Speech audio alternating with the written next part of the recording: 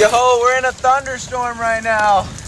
Act like that scares me. I ain't a kid anymore.